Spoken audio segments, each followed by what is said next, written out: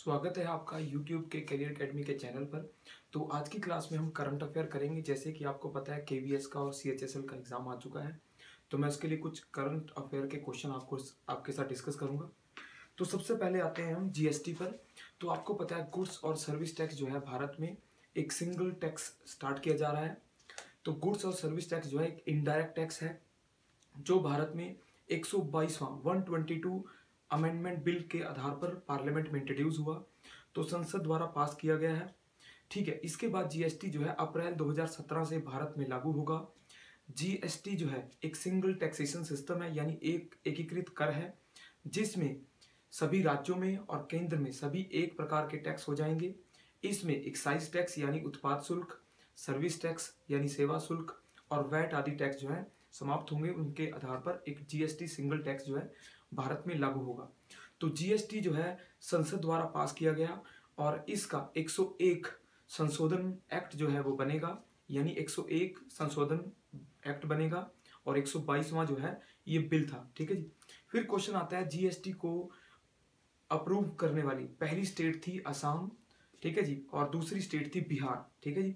तो जीएसटी जो है स्टेट के द्वारा 15 स्टेट के द्वारा अप्रूव किया गया और पार्लियामेंट में 2/3 बहुमत के आधार पर यह पास हुआ था।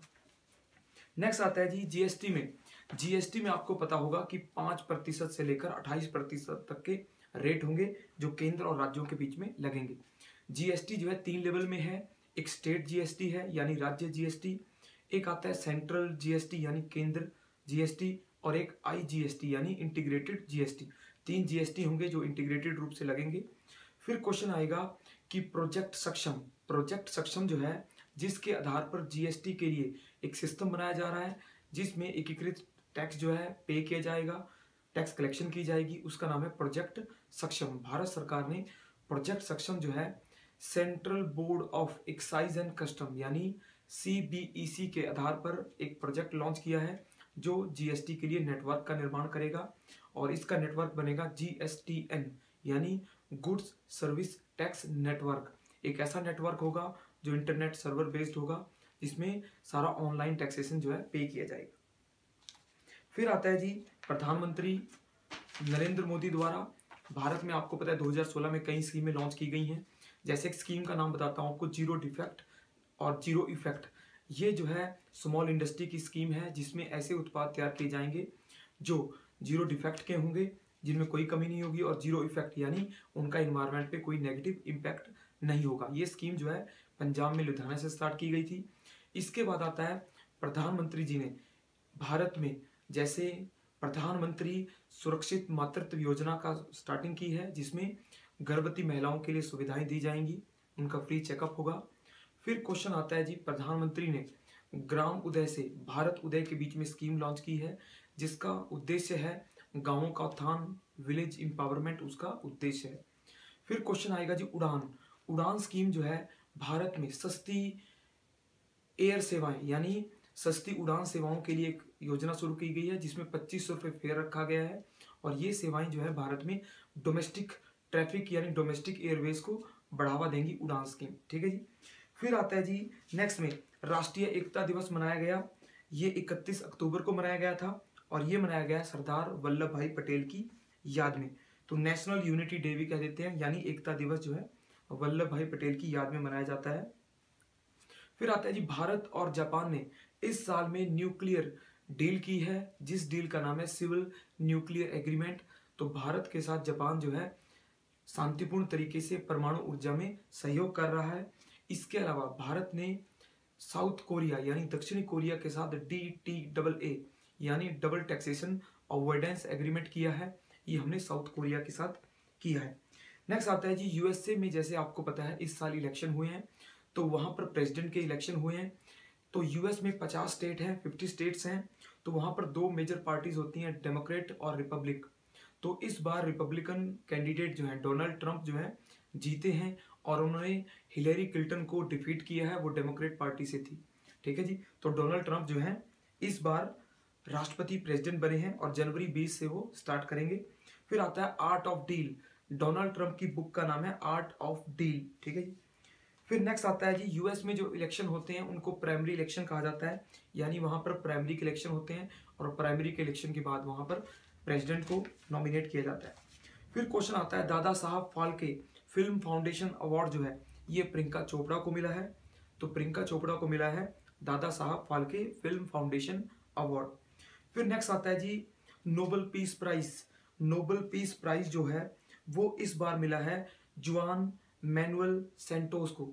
जुआन मैनुअल सेंटोस जो है कोलंबिया के राष्ट्रपति हैं, तो उनको फार्क FARC कोलंबिया में एक टेररिस्ट ग्रुप था फार्क, उसके साथ एग्रीमेंट करने के लिए जुआन सेंटोस को नोबेल का पीस प्राइज दिया गया है।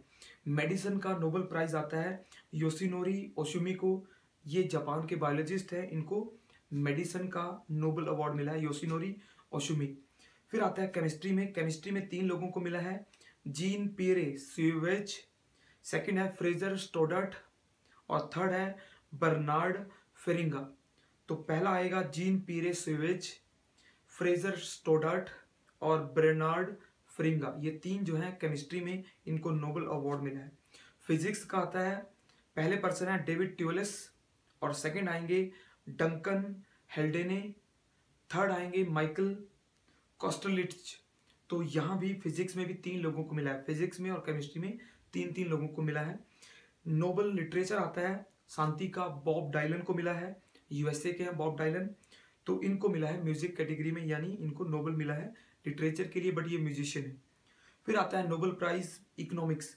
तो ये मिला है ओलिवर हर्ट को और बेनगट होल्मस्टॉर्म को।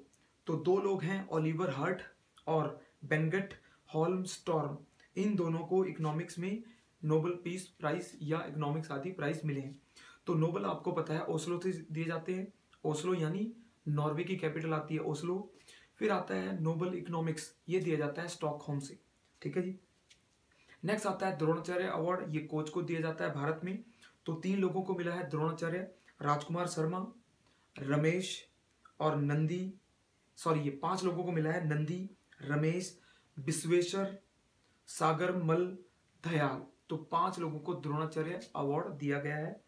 फिर आता है अशोक चक्र, ये मिला है हवलदार हंगप्पन को, टेररिस्ट को मारने के लिए अशोक चक्र मिला है हवलदार हंगप्पन को, हंगप्पन दादा को, ठीक है जी।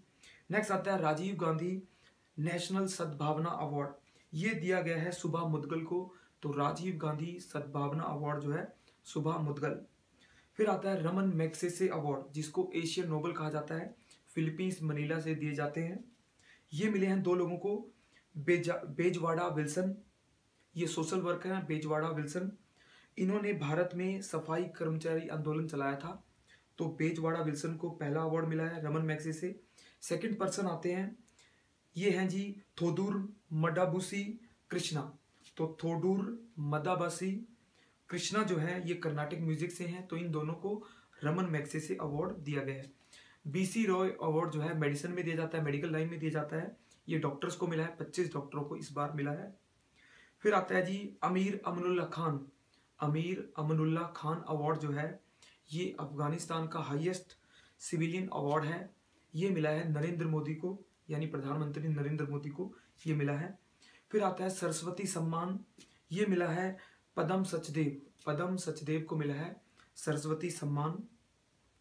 फिर आता है पुलित्जर पुरस्कार यानी पुलित्जर प्राइज, ये मिला है एसोसिएट प्रेस को, ये आपको पता है जर्नलिज्म में मिलने वाले अवार्ड होते हैं पुलित्जर अवार्ड। फिर आते हैं BCCI अवार्ड यानी क्रिकेट के अवार्ड देखते हैं। क्रिकेट अवार्ड में आता है पहले CK Naidu life time achievement award, ये मिला है सैयद किरमानी को, CK नायडू मिला है सैयद किरमानी। पॉली उमरिगर अवार्ड, पॉली उमरिगर अवार्ड मिला है विराट कोहली को। फिर आता है जी Lala Amarnath award best all-rounder के लिए मिला है जलाल सक्सेना, ये डोमेस्टिक क्रिकेट के लिए मिला है। नेक्स्ट अवार्ड आते हैं ज्ञानपीठ अवार्ड, ज्ञानपीठ यानी हाईएस्ट लिटरेचर अवार्ड है भारत में। तो ज्ञानपीठ अवार्ड मिला है भारत में इस बार रघुवीर चौधरी को, गुजराती ऑथर हैं रघुवीर चौधरी। फिर गोल्डन ग्लोब हैं, ये फिल्म कैटेगरी में दिए जाते हैं। Golden globe US Los Angeles से दिए जाते हैं गोल्डन ग्लोब फिल्म। तो इसमें मिला है द रेवेनेंट, बेस्ट फिल्म आई है the revenant, Leonardo D Caprio की फिल्म है रेवेनेंट, और बेस्ट एक्टर भी लेनार्डो डी कैप्रियो को ही मिला है। फिर आता है जी 69 ब्रिटिश अकेडमी फिल्म अवार्ड आते हैं जिसको बाफ्टा कहा जाता है, ब्रिटिश अवार्ड बाफ्टा, लंदन से दिए जाते हैं बाफ्टा अवार्ड, ये ब्रिटिश फिल्म में आते हैं। तो रेवनेंट आई है, इसमें भी बेस्ट फिल्म रेवनेंट, और बेस्ट डायरेक्टर आए हैं एजेंड्रो आए हैं रेवनेंट के लिए, और बेस्ट एक्टर आएंगे लियोनार्डो डिकैप्रियो रेवनेंट के लिए।